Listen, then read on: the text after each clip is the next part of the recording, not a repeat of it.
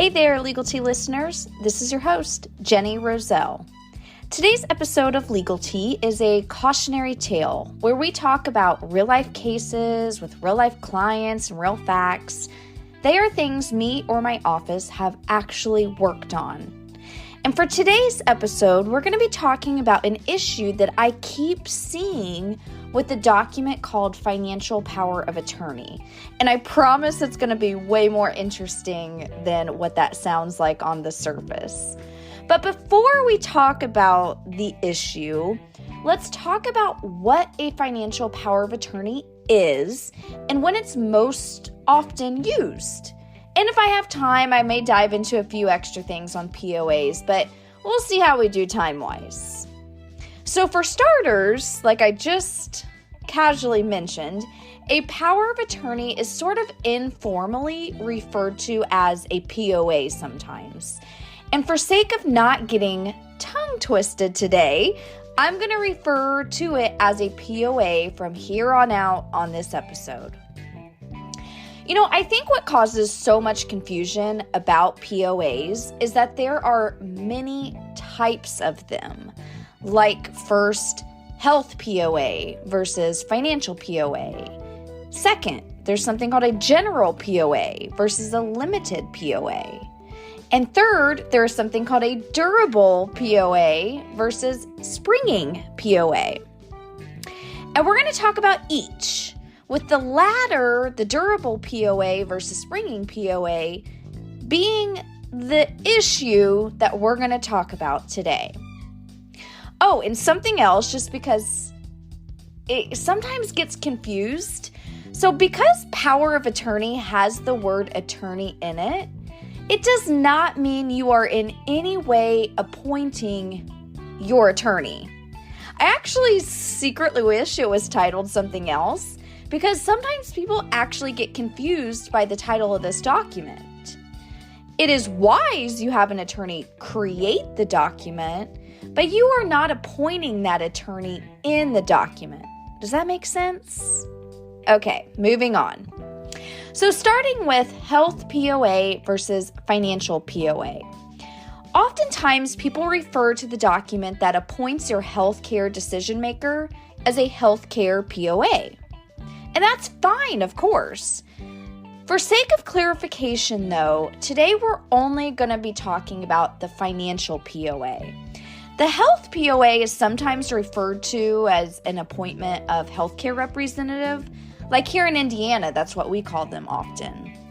And I often tell clients, if the document appoints a person to make healthcare decisions for you if you're unable to do so, that's what's most important. I don't really care what the titling is of the document, just that you have one. A financial POA is someone that you designate to make financial-based decisions on your behalf if you're unable to do so. Oftentimes, and I'll get to that here in a little bit. And they also have the ability to quite literally sign your name.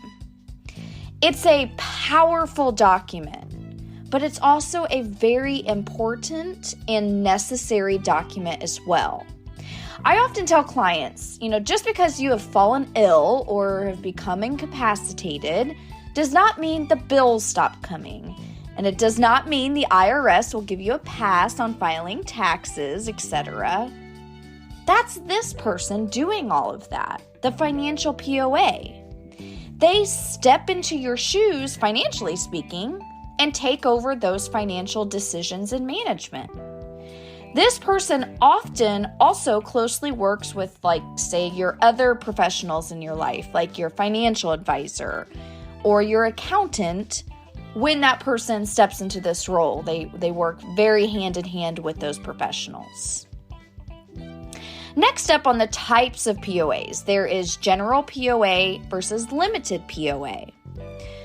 Also, from here on out, assume that we're only talking about financial POAs. This episode is about financial POAs primarily, rather than health POAs. And I just figured it was important to note that. Inside a financial POA document, you'll usually find a section that discusses powers. What this is say you, the person signing the POA, giving the person you are naming as POA various powers to act on your behalf. So sometimes there's powers like with banking powers, and that's the authority to act on your behalf with banks. Or there's the real property powers, and that's the authority to act on your behalf with real estate, say like buying or selling property. There's the estate transactions power, and that's the authority to, say, deal with estates and trusts, etc., etc. Currently, here in Indiana, there are almost 20 powers that you can give your POA. So back to general POA versus limited POA, a general POA is you giving your POA all of those powers, all the 20-ish powers, generally speaking. Another way to say that is you're not really restricting them from any of the powers.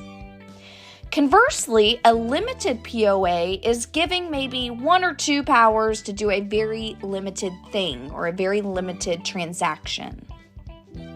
And when would this apply? When would you need, say, a limited POA? Say, for example, you're selling your house and the closing gets set on a day that you'll be, on vacation or something. The last thing you want to do is maybe reschedule that vacation, or 2, push the closing date to another day. Instead, you could just sign a limited POA and say, hey, I appoint my son Johnny as my limited POA, and he has the real property power only.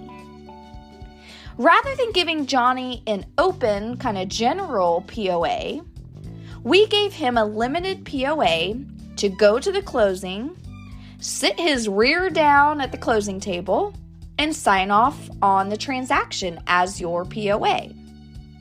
It's kind of a handy thing to know and understand in case you ever get yourself in a pickle. There are other examples, too, of when a limited POA could come in handy. The thing you have to remember about a limited POA is that you're restricting your POA from something, while the general POA offers kind of open powers, everything. Does that make sense? Alrighty, and now on to the last type of POA, durable POA versus springing POA. This is the one that I wanted to bring up today, the issue I mentioned at the beginning of this episode.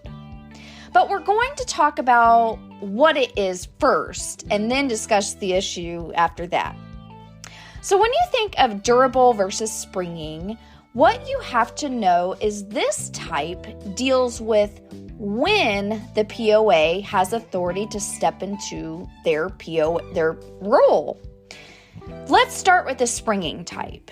A springing POA springs into action on some type of triggering event, and oftentimes it springs into action once the person who created the POA has been declared incapacitated by a medical professional. Conversely, a durable POA grants the POA authority to step in immediately, even if you are not incapacitated. So again, durable versus springing deals with when the person can act on your behalf. Now, intuitively, many think that when they sit down to get their estate plan created, a springing POA is what they want. That they don't want anyone to be able to step in while they're perfectly fine. Though, dare I say that it is a classic case of something that is just too good to be true. I say this because medical professionals do not enjoy declaring people incapacitated. So there will often be somewhat of a delay in doing so.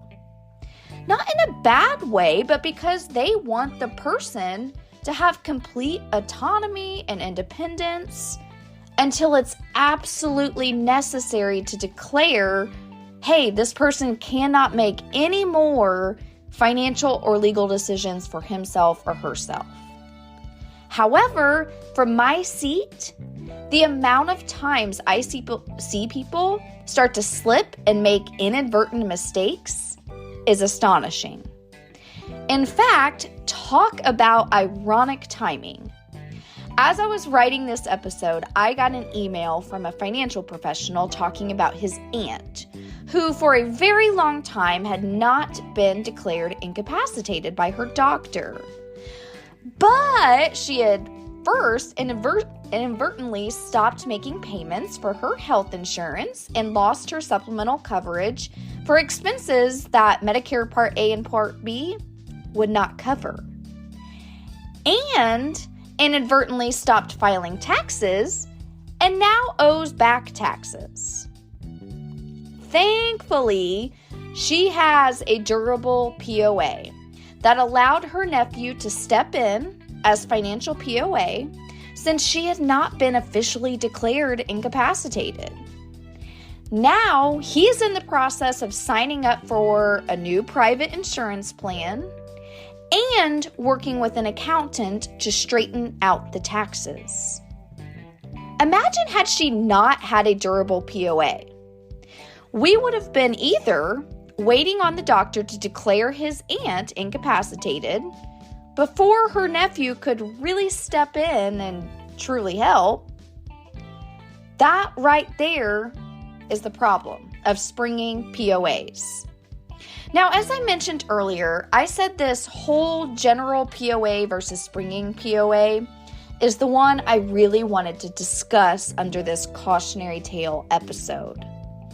What I just talked about is not even the issue that the issue that I initially started the episode off wanting to discuss.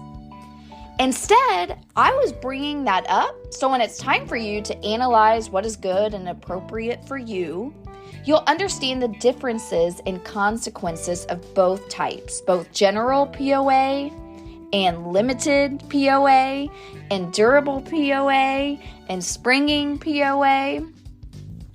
The issue I did want to bring up is actually kind of sad.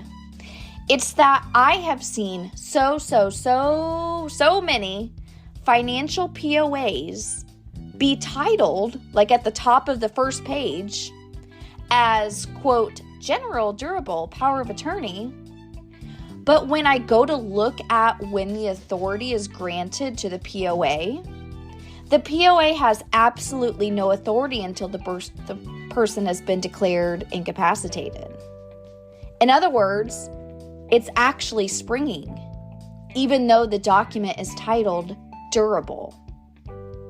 And I say that it is quite sad because not only have I seen these, let's call it like it is, crappy documents pulled online, but I've also seen these documents actually be prepared by other attorneys, by practicing attorneys.